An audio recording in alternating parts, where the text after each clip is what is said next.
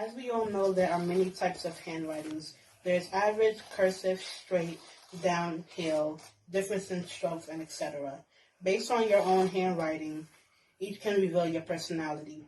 Coming from a person who's interested in philosophy and recently had a brief conversation with a friend who is a psychology student, he talked about repression and brought up an interesting topic about analyzing a person's personality through their handwriting.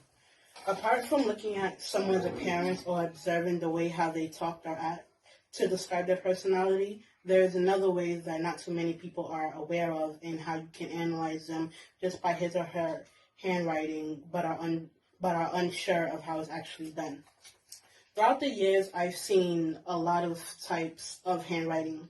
Currently, I reminisce the time I and my friend that had that conversation, so I figured it would be interesting to do an informative speech about how to analyze someone's handwriting through their personality.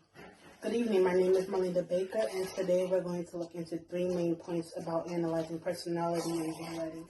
The first main point is brainwriting. Brainwriting is done by graphology, which is an analysis of physical characteristics and patterns of handwriting, claiming to be able to identify the writer.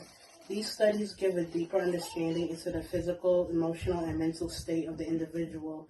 Other than writing, they also study doodles, paintings, and drawings by artists to analyze their personality. Graphologists state the handwriting is not done by hand, but by the brain.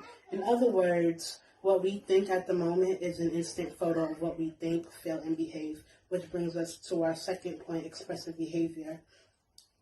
Your physiological and psychological movement and mental functions revealed in your handwriting. According to the graphomic measurements, there are constant scripts featured in your handwriting that are repeatable and reliable. This means the look of your handwriting is your style of writing. No one can copy your rhythm and speed without dictation. The third main point is pattern and strokes.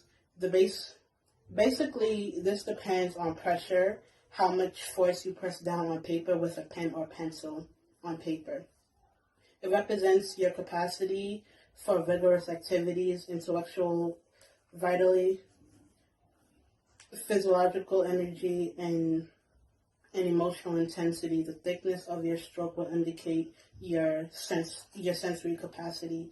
In simple terms, the amount of sensation of the physical senses. In conclusion, there are main 3 points of how analyzing handwriting is done by analysts, graphologists, and other researchers who is interested of analyzing handwriting.